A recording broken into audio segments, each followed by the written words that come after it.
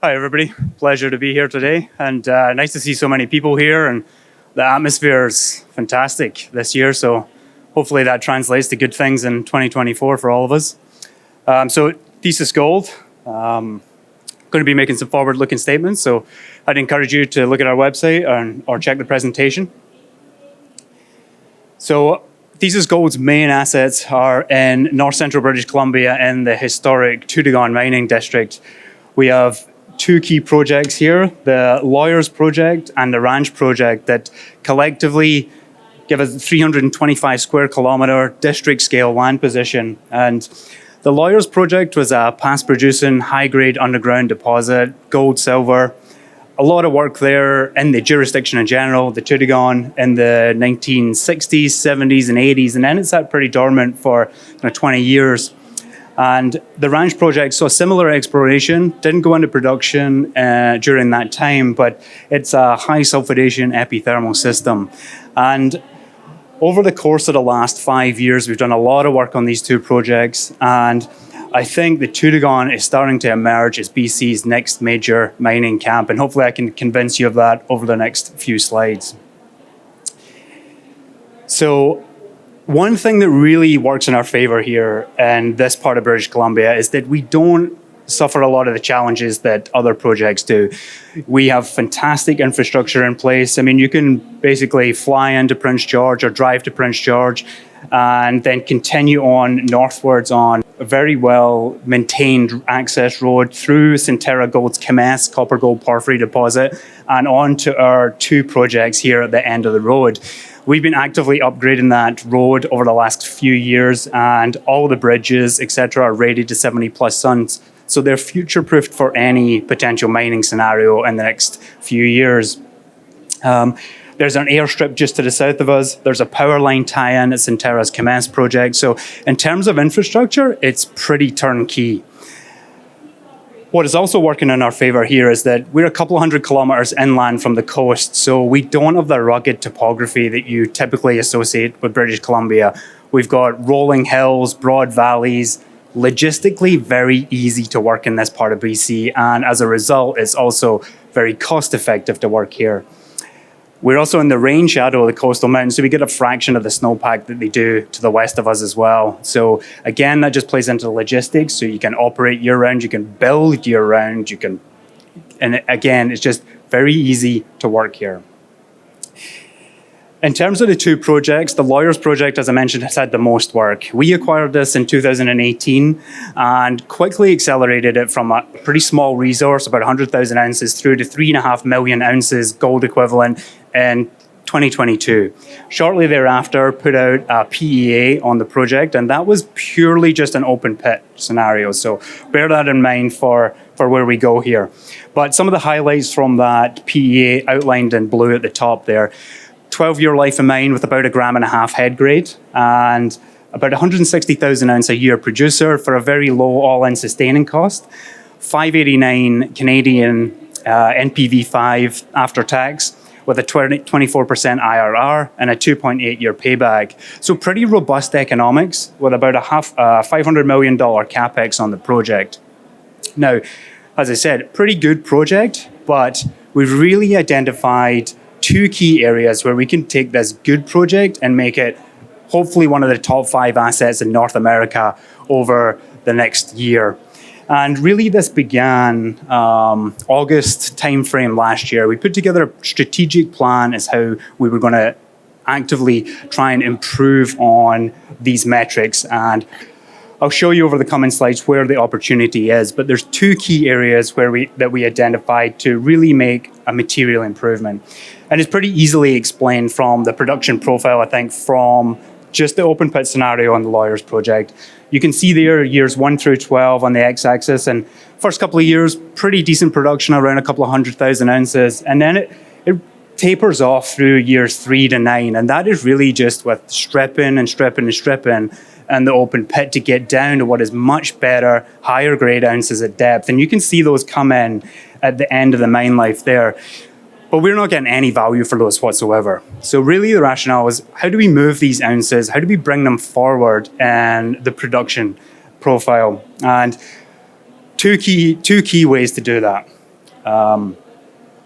Firstly, this is the Lawyers project. So there's the three main open pits. On the left, the Cliff Creek deposit. In the middle, Duke's Ridge, and on the right-hand side is the AGB deposit, with the proposed mill and facility in basically the center of them on a kind of high alpine plateau.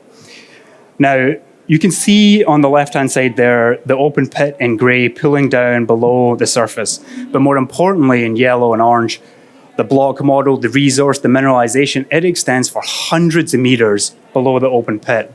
None of that mineralization was captured in that economic study.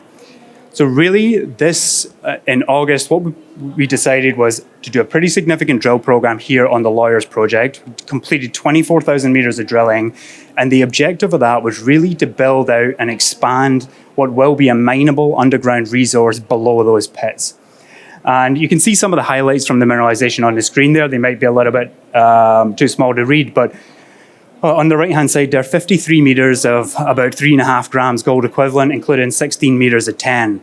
At the time that was drilled, that was the deepest hole on the Duke's Ridge deposit. So phenomenal mineralization, very strong at depth.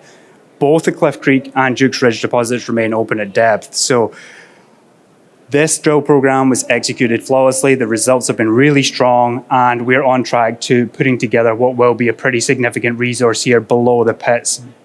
And often when you think underground, you know, the dollar signs appear, and it can get very expensive very quickly with spirals and shafts, but that is not the case here. We're going to use topography to our advantage, where coming off of the plateau into one of these broad valleys, we lose a few hundred meters of elevation, and we can drive a very simple decline that's about 1 kilometer in length, accessing both below the Duke's Ridge deposit and the Cliff Creek deposit. That is a very cost-effective way to bring in what we think will be about 500,000 ounces at 4 to 5 grams in the first couple of years of production. So that alone should transform the economics of this project. And as I said, that system remains wide open. So that was strategy number one for improving the economics of the whole study. 2 is looking at the Ranch project to the north. This is pre-resource. We acquired this project in 2020.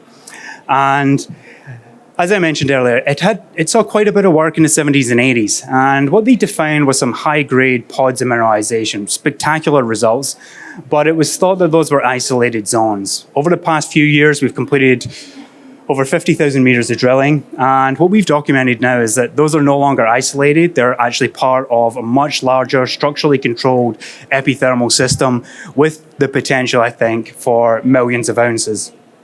And the key thing here as well is that mineralization on the project, it starts right at surface. And some of the highlights over the past couple of years, so not including 2023 results, but previous years, you can see the top one there at the Bonanza Zone, 34 meters at just under 20 grams gold. I think that hole started about 10 meters from surface. So the rationale on ranches from last year, when we made that decision in August, was let's do 18 to 20,000 meters of drilling, fully executed on that. It's gone really well again, and the objective was let's keep targeting that near surface high grade mineralization that will have a material impact on the economics again.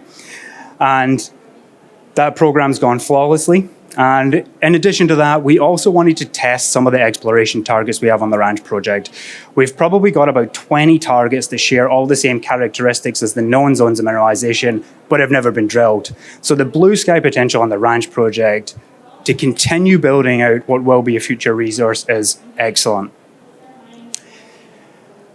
Now but if we rewind back to August, this was really the plan going forward was present day Lawyers open pit. Those are the base case economics around that scenario. We completed just under 45,000 meters of drilling, targeting that underground deep mineralization at Lawyers, at Ranch, continue defining the near surface mineralization, to put together for the first time a kind of global resource for both projects. And we're on track for that in early Q2 this year, so probably early April timeframe. Simultaneously, we're also working on a new PEA across both projects that will wrap some economics around that resource, but more importantly, it will bring in high-grade underground ounces at Lawyers and very high-grade near-surface material on the Ranch project. So 2 huge catalysts for the project and company coming this year. I think it will be transformative for us. And it's very much going to be a starting point. There is a lot more to come in this project. And as I mentioned, there's 20 near surface targets. Once we get to drilling those, I think you're going to continue to see this expand over the coming years. I'm running out of time here, but just to say the drill program this year was executed on time, on budget.